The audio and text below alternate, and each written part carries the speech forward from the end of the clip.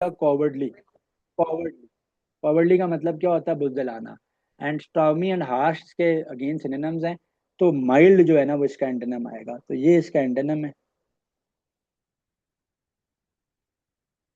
और ये इसका एंटोनिम है। ऊपर वो मीनिंग मैंने गलती से मार कर दी है। अच्छा, she has a transient interest in hobbies abandoning them for after a few weeks. Transient का मतलब होता है टेम्परेरी। मीनिंग इसका क्या होता है? टेम्परेरी। टेम्परेरी। तो ऑपोजिट इसका क्या हो जाएगा? परमानेंट। परमानेंट, ये इसका एंटोनिम बनता है। ठीक है जी। The dynamic leader gave a highly efficacious speech that motivated the entire team. Efficacious का मतलब होता है पोटेंट, यानी वर्केबल, इफेक्टिव। जिसमें कहते हैं ना कि what is the efficacy of this medicine, तो ऑपोजिट इसका क्या हो जाएगा? इनइफेक्टिव। इनइफेक्टिव। इनइफेक्टिव। पोर्टेंट से वैसे कुछ तुम लोगों को याद भी आया होगा, पिछले साल का मई। ठीक है। His frugal lifestyle allowed him to clear all his debts within a year. उसका जो फ्रूगल लाइफ स्टाइल है, उसने उसके ऊपर जितने भी कर्जे थे सारे क्लियर करवा दिए विद इन अ ईयर। बहरहाल, फ्रूगल का मतलब होता है इकोनॉमिकल, थ्रिफ्टी। ऐसा शख्स जो बड़ा बड़ा ना, आप ये कह सकते हो कि देखभाल के खर्च करता है। वैसे वो माइजर का मतलब नहीं होता, माइजर तो कंजूस होता है ना। माइजर आदमी को तो जहां चीज जरूरत है ना, वो वहां भी बाय नहीं करता। ठीक है। लेकिन इकोनॉमिकल आदमी देखता है कि जो चीज सिर्फ जरूरत की है या कौन सी चीज कहाँ पे अच्छे प्राइस में मिल सकती है, वो वहां से बाय करता है। तो बहरहाल, फ्रूगल का मतलब होता है देखभाल कर अपने एक्सपेंसेस करना। तो ऑपोजिट इसका या एंटोनिम इसका एक्स्ट्रा वेगेंट बन जाएगा। एक्स्ट्रा वेगेंट का मतलब होता है लेविश या फजूल खर्ची करना। The dynamic nature of the market makes it highly volatile. वैसे पाकिस्तानी स्टॉक मार्केट की बात हो रही है यहाँ पर भी यही है। ठीक है। पहले पाकिस्तानी स्टॉक मार्केट 50,000 इंडेक्स की थी, अब वो 2 लाख इंडेक्स पे चली गई है, वो भी 1.5-2 सालों में। तो लोगों को अब समझ नहीं आती कि मार्केट ट्रेड कैसे हो रही है। वो सिर्फ देखते हैं, लोगों के रील्स देखते हैं, इन्वेस्ट करना शुरू कर देते हैं। बहरहाल, the dynamic nature of the market makes highly volatile.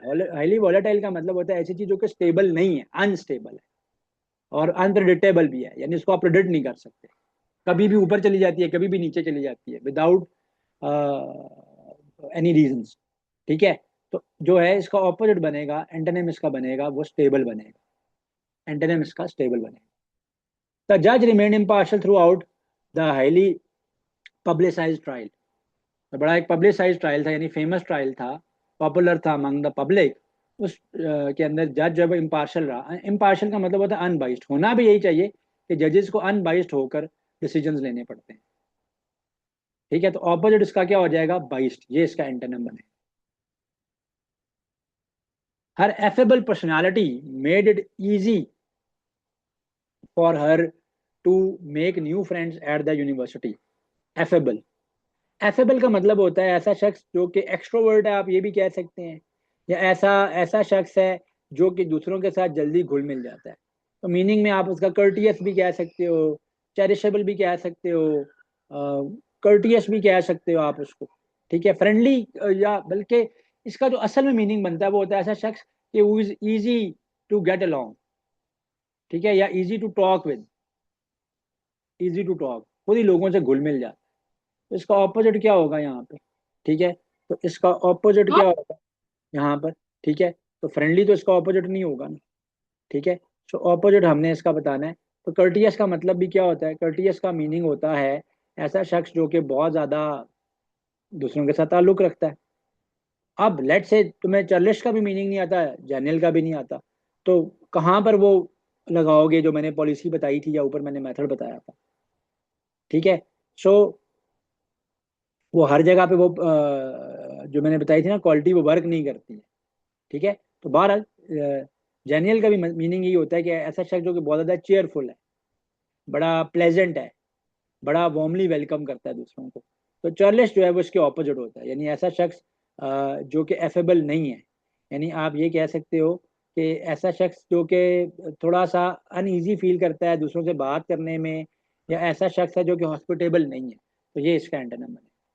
तो समटाइम्स वो चीज़ हेल्प आउट करेगी भी, समटाइम्स नहीं करेगी। The team made a laudable effort to clean up the local park. Laudable का मतलब होता है praiseworthy, something which which is so good कि उसको अपलॉड किया जाए, कमेंडेबल हो। ठीक है। ऑपोजिट इसका हो जाएगा ब्लेम वर्दी, यानी जिसके जिसके ऊपर आप पे इल्जाम लगे, अच्छाई ना मिले। Construction provider technician were completely ambiguous, ambiguous का वर्ड हमने पहले भी किया हुआ है, तो इसका मतलब होता है अनक्लियर या वेग, तो ऑपोजिट इसका क्या हो जाएगा, क्लियर। अच्छा जी, अब आते हैं इन्हीं वर्ड्स का यूज हुआ है जो ऊपर मीनिंग में है यहाँ पे एनोलॉजीज में, sagacity and wisdom. Sagacity and wisdom एक दूसरे का क्या है, सिमिलर है। अब नीचे चॉइसेस में भी वो ढूंढो जो इसका सिमिलर है, जो इसका सिमिलर है। फियर ब्रेवरी ऑपोजिट है एक दूसरे का, इग्नोरेंस नॉलेज ऑपोजिट है एक दूसरे का, प्राइड ह्यूमिलिटी ऑपोजिट है एक दूसरे का। भाई प्राइड का तो मतलब क्या होता है, एरोगेंट होना। ह्यूमिलिटी का मतलब क्या होता है, हम्बलनेस। ठीक है। और एवराइज का जो वर्ड यहाँ पर है, ये और ग्रीड दोनों सेम मीनिंग में यूज होते हैं। एवराइज ऐसे शख्स को कहते हैं जो एक्सट्रीमली पैसों के पीछे, एक्सट्रीमली का वर्ड मैंने तो यूज किया कि मटेरियल गेन लेने के लिए ऐसा शख्स कुछ भी कर जाता है, तो ऐसे शख्स को कहते हैं कि एवराइज बिहेवियर है या एवराइज पर्सनैलिटी है उसकी, एवराइज। तो greedy, extremely greedy. Oxygen, respiration, oxygen से हम रेस्पायर करते हैं। ठीक है, ऑक्सीजन से हम क्या करते हैं, रेस्पायर करते हैं। वाटर तो लिक्विड है, वो तो उसकी फॉर्म है। लाइट डार्क ऑपोजिट है, फूड को कुक किया जाता है, फ्यूल कंबस्ट होता है। ऑक्सीजन जैसे रेस्पिरेशन करती है, फ्यूल की कंबशन होती है। ठीक है, तो इसमें बी आएगा। आर्किटेक्ट ब्लूप्रिंट, अच्छा ब्लूप्रिंट क्या होता है, जो एक प्लान होता है, एक इनिशियल प्लान होता है जिसको फॉलो किया जाता है। तो आर्किटेक्ट ब्लूप्रिंट को डिजाइन किया जाता है ना, को डिजाइन करता है ना। ब्लूप्रिंट यानी उस उसके जो उसने डिजाइन बनाया है, जो उसने, आप ये कह सकते हो कि एक पेपर के ऊपर बनाया, उसको ब्लूप्रिंट कहते हैं। ठीक है, अब यहाँ पर जो है ऑथर नॉवल को लिखता है, बनाता है, जैसे आर्किटेक्ट वो ब्लूप्रिंट डिजाइन करता है। बेकर ओवन के थ्रू बेकिंग करता है, तो ये चॉइस नहीं बनती। जज कोर्ट रूम में काम करता है, ये चॉइस नहीं बनती। डॉक्टर पेशेंट के को ट्रीट करता है, ये चॉइस नहीं बनती, क्योंकि ये एक चीज है जो कि वो शख्स जो है वो क्या कर रहा है, डिजाइन कर रहा है, बना रहा है या लिख रहा है, तो ये ज्यादा क्लोजर है। स्कैल्पल, सर्जन, स्कैल्पल वो एक नाइफ होती है जिसको सर्जन यूज करते हैं टू कट आउट बॉडी या इंसिजन्स बनाने के लिए। ये शायद मेरा ख्याल है हमने पहले भी ये वाली नॉलेज की हुई। स्कैल्पल सर्जन, तो ये उसका टूल है, टूल है। पेन रीडर, पेन राइटर जो यूज करता है, रीडर तो नहीं, रीडर तो बुक को यूज करेगा ना। शील्ड, टारगेट, शील्ड तो बचने के लिए इस्तेमाल होती है, टारगेट थोड़ी करती है। ट्रैक्टर पायलट भी तो सेंस नहीं बनती। पायलट तो प्लेन फ्लाई करता है, ट्रैक्टर थोड़ी चलाता है, ट्रैक्टर को तो ड्राइवर ड्राइव करेगा। तो चाइजल स्कल्पचर, ठीक है, चाइजल भी एक टूल है जिसको जो स्कल्पचर बनाने वाला है यानी स्कल्पचरर है, वो यूज करता है टू कार स्टोन्स। ठीक है जी। मेटाफर लैंग्वेज, ये नॉलेजी यूज हुई भी थी लेकिन वहां पे चॉइसेस और हैं, आज चॉइसेस डिफरेंट थी, आंसर की चॉइस वैसे मिलती जुलती है, वहां पे भी यही थी शायद। मेटाफर लैंग्वेज, मेटाफर का तो मतलब मैंने आपको बताया हुआ है ना, जो मैंने आपको फिगर ऑफ स्पीच करवाए हैं लिटरेरी डिवाइसेस का जो टॉपिक था, कि मेटाफर का मतलब क्या होता है, एक चीज को बहुत बढ़ा चढ़ा कर बयान करना, मेटाफर, मेटाफोरिकली। तो मेटाफर लैंग्वेज। ठीक है। तो कलर, पेंटिंग, सॉन्ग, सिंगर। ठीक है, स्केल, वेट, सेल, विंड, इसमें वैसे क्या चॉइस बनेगी, ये तो मेरे ऊपर से गुजर गया। कलर पेंटिंग, कलर से पेंटिंग की जाती है। ठीक है, मेटाफर लैंग्वेज का पार्ट है, एक लिटरेरी डिवाइस है, चलो ये कह सकते हैं कि वो उसका पार्ट है। स्केल पे वे किया जाता है, सेल किया जाता है वाया विंड। तो कलर से पेंटिंग नहीं की जाती, इसमें ए नहीं ज्यादा बन रहा, डी नहीं बनता मतीन, इसमें डी, मतीन कह रहे हैं डी है, डी नहीं है, नहीं, ए है, ए है, बी नहीं है। देखो बी नहीं है, मैं उसको मैं बताता हूँ ना। ये एक कलेक्टिव नाउन है, आप ये कह लो।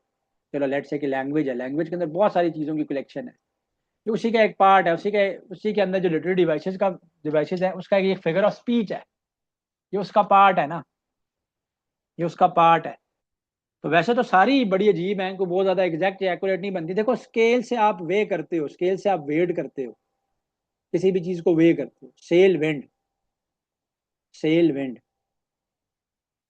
सेल विंड, सेल बादबान होता है, वो जो पहले बोट्स होती थी जिसमें बड़े बड़े सेल्स लगे होते थे, हवा चलती थी तो फिर वो उससे पुश होती थी। ठीक है। तो सॉन्ग,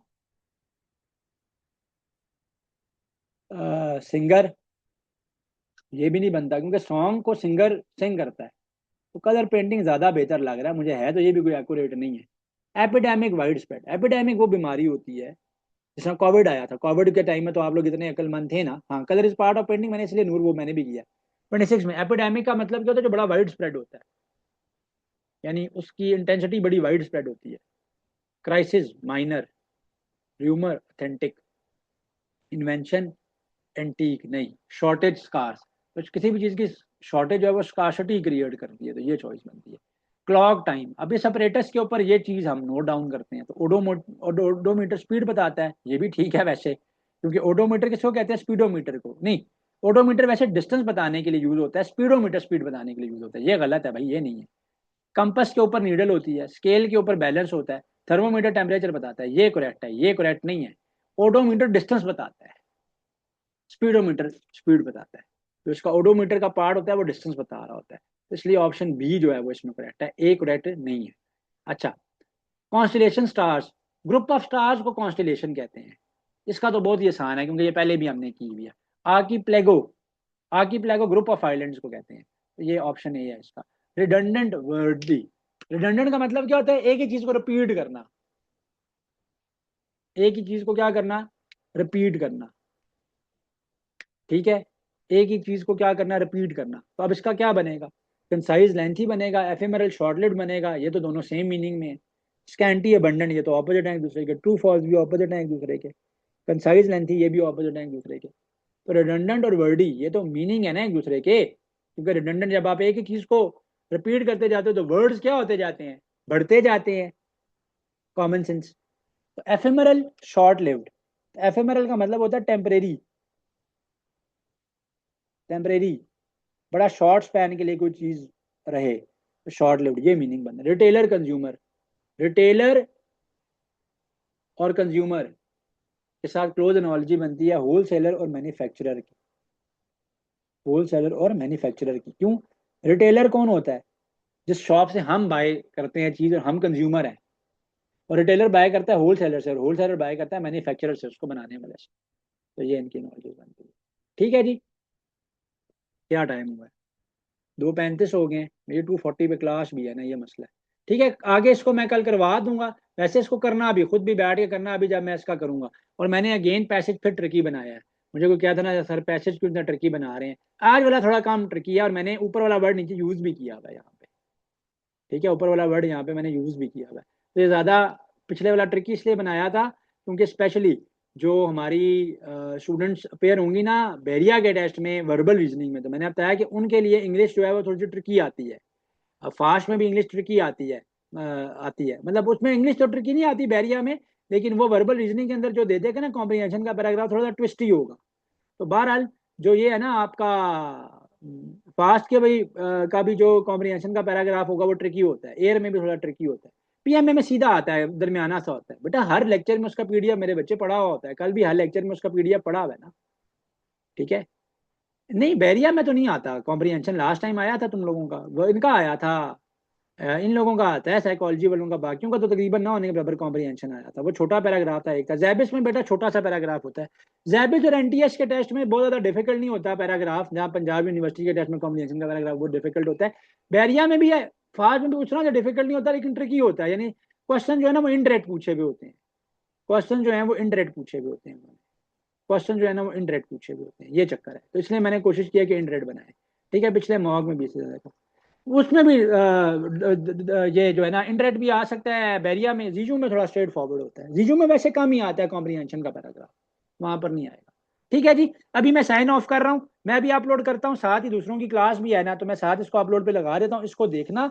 आज मैं अवेलेबल नहीं हूँ, क्योंकि मैंने ना अभी क्लास इसलिए लॉ वालों की भी रखी हुई है कि मैंने आउट स्टेशन जाना है, जरा घर वालों के साथ, रात तक मैं इंशाल्लाह वापस आ जाऊंगा, पता चले कोई खुश हो रहा होगा कल तो क्लास ही नहीं होगी, भाई कल क्लास होगी, क्यों नहीं क्लास होगी। और माम मुझे ये भी याद करना, आपको मैंने पोर्टल का एक्सेस नहीं दिया, तो वो भी है। 30% वर्बल एबिलिटी है ना, इंग्लिश है ना, तो इनकी वर्बल रीजनिंग है, मैं इनकी उसकी बात कर रहा हूँ साइकोलॉजी वालों की, तुम मिक्स कर रहे हो चीज़ों को, मतीन आपको कह रहा हूँ। ठीक है जी, कल मिलते हैं इंशाल्लाह, अल्लाह हाफिज, लाइव क्लास में, जब तक पोर्टल से चीज़ों को